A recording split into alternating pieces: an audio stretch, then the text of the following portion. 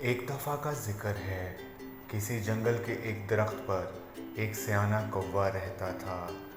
کوا بہت خوشحال زندگی گزار رہا تھا، بغیر کسی فکر کہ وہ پورا دن گھومتا پھرتا اور طرح طرح کے کھانے پینے کا لطف اٹھاتا۔ شام ہوتے ہی کسی پھلدار درخت پر رات بسر کرتا۔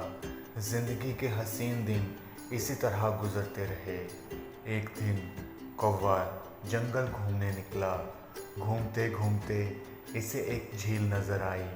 یہ جھیل جنگل کے بیچوں بیچ تھی، جہاں کئی پرندے بسیرا کرتے تھے۔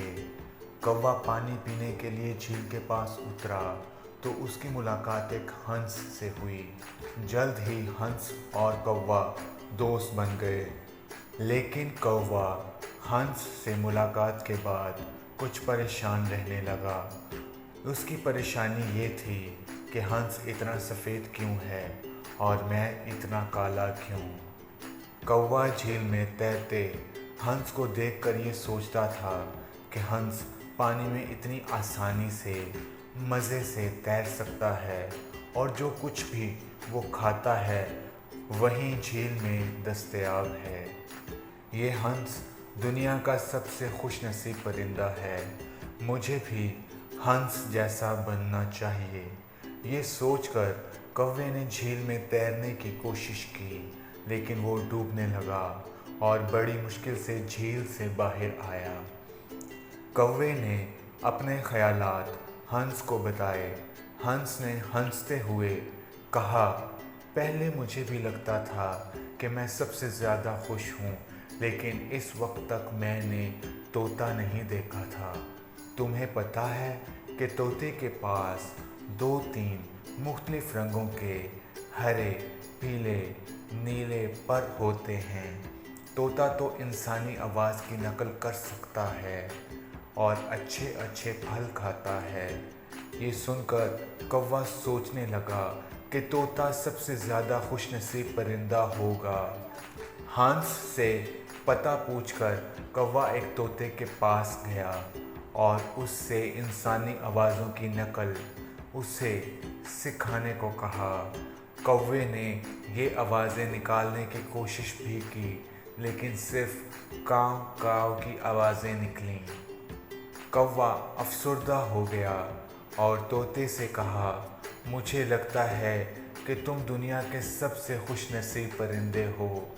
طوطے نے کوے کو بتایا، پہلے یہ سوچ کر میں بھی بہت خوش ہوتا تھا، پھر میں نے ایک مور دیکھا۔ میرے پاس تو صرف 2-3 رنگ ہی ہیں، جبکہ مور کے پاس کئی رنگ ہیں۔ مور خوبصورت رقص کر سکتا ہے، اس کی بہت بلند آواز ہے۔ اپنی آواز سے مور جنگل میں موجود دیگر مخلوقات کو کسی بھی خطرے سے خبردار کرتا ہے۔ میرے خیال میں مور دنیا کا سب سے خوش نصیب پرندہ ہے۔ اب کوے کو مور سے ملنے کی تمنا ہوئی اور وہ مور سے ملنے جا پہنچا۔ وہاں کوے نے دیکھا مور گھبرایا ہوا سا ہے اور خود کو جھاڑیوں کے پیچھے چھپانے کی کوشش کر رہا ہے۔ کوا مور کے قریب گیا اور کہا، پیارے مور، تم بہت خوبصورت ہو۔ تمہارے پروں میں کتنے سارے رنگ ہیں۔ تمہاری دلکشی اور خوبصورتی اور رقص کی تعریف تو پورا جنگل کرتا ہے۔ تم یوں جھاڑیوں میں کہاں چھپے بیٹھے ہو؟ مور نے جواب دیا، او پیارے کوے، میرے ان ہی پروں نے مجھے پریشانی میں ڈال دیا ہے۔ میرے لمبے اور رنگین پنکھ کی وجہ سے شکاری مجھے پکڑنے کی کوشش کرتے ہیں۔ بعض اوقات وہ مجھے چڑیا گھر میں بھی ڈال دیتے ہیں۔ اس وجہ سے میں یہ سوچتا رہتا ہوں کہ اگر میں چڑیا ہوتا تو خوشی خوشی ہر جگہ گھوم سکتا تھا، اور اگر کوئی خطرہ ہوتا ہے تو آسانی سے چھپ سکتا تھا۔ کوے نے کہا، میرا تو یہ خیال تھا کہ تم دنیا کے سب سے خوش نصیب پرندے ہوگے۔ مور نے کہا، میں بھی سوچتا تھا میں سب سے خوبصورت اور خوش نصیب پرندہ ہوں، لیکن